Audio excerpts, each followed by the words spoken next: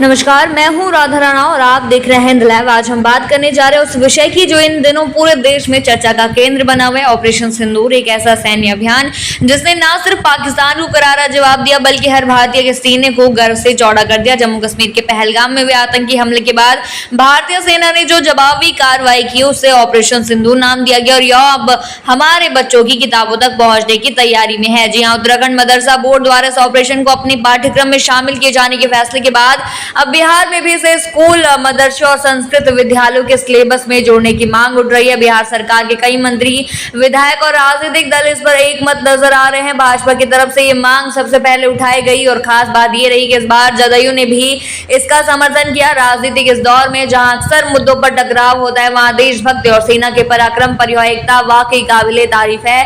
बिहार सरकार के मंत्री रत्नेश सदा ने खुलकर कहा कि ऑपरेशन सिंदूर को पाठ्यक्रम का हिस्सा बनाया जाना चाहिए। उन्होंने कहा कि बच्चों को भारतीय सेना की बहादुरी की जानकारी दी जानी चाहिए ताकि उनमें भी देश के लिए कुछ करने का जज्बा पैदा हो। वहीं जदयू के प्रवक्ता नीरज कुमार ने भी उत्तराखंड सरकार के फैसले की तारीफ करते हुए कहा कि अगर बिहार भी ऐसा करता है तो यह एक स्वागत योग्य कदम होगा।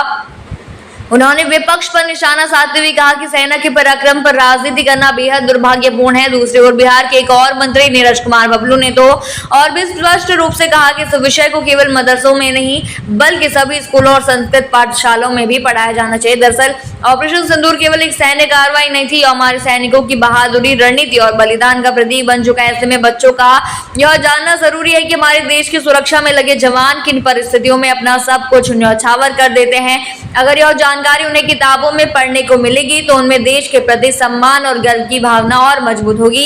इस फैसले के समर्थन में बिहार के कई शिक्षाविद और सामाजिक संगठनों ने भी अपनी आवाज बुलंद की है। उनका मानना है कि सिर्फ किताबों में विज्ञान, गणित या इतिहास ही नहीं बल्कि ऐसी घटनाएं भी शामिल होनी चाहिए जो बच्चों को प्रेरणा दे और देश से जोड़े।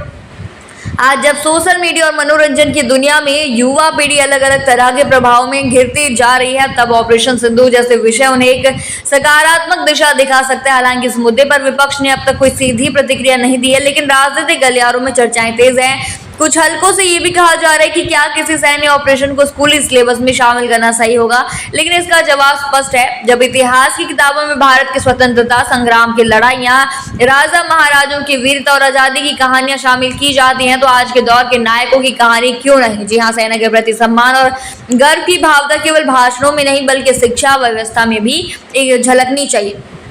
अब ये देखना दिलचस्प होगा कि बिहार सरकार कब इस पर कोई ठोस निर्णय लेती है, लेकिन फिलहाल इतना तय है कि ऑपरेशन सिंदूर न सिर्फ एक सैन्य अभियान बनकर रह गया है बल्कि अब यह एक राष्ट्रीय प्रेरणा का स्रोत बनता जा रहा है। आने वाले समय में यह विषय न सिर्फ बच्चों के लिए एक पाठ बन सकता है बल्कि पूरे समाज के लिए एक संदेश भी होगा कि जब देश पर संकट आए तो भारतीय सेना हर मोर्चे पर डटकर खड़ी होती है।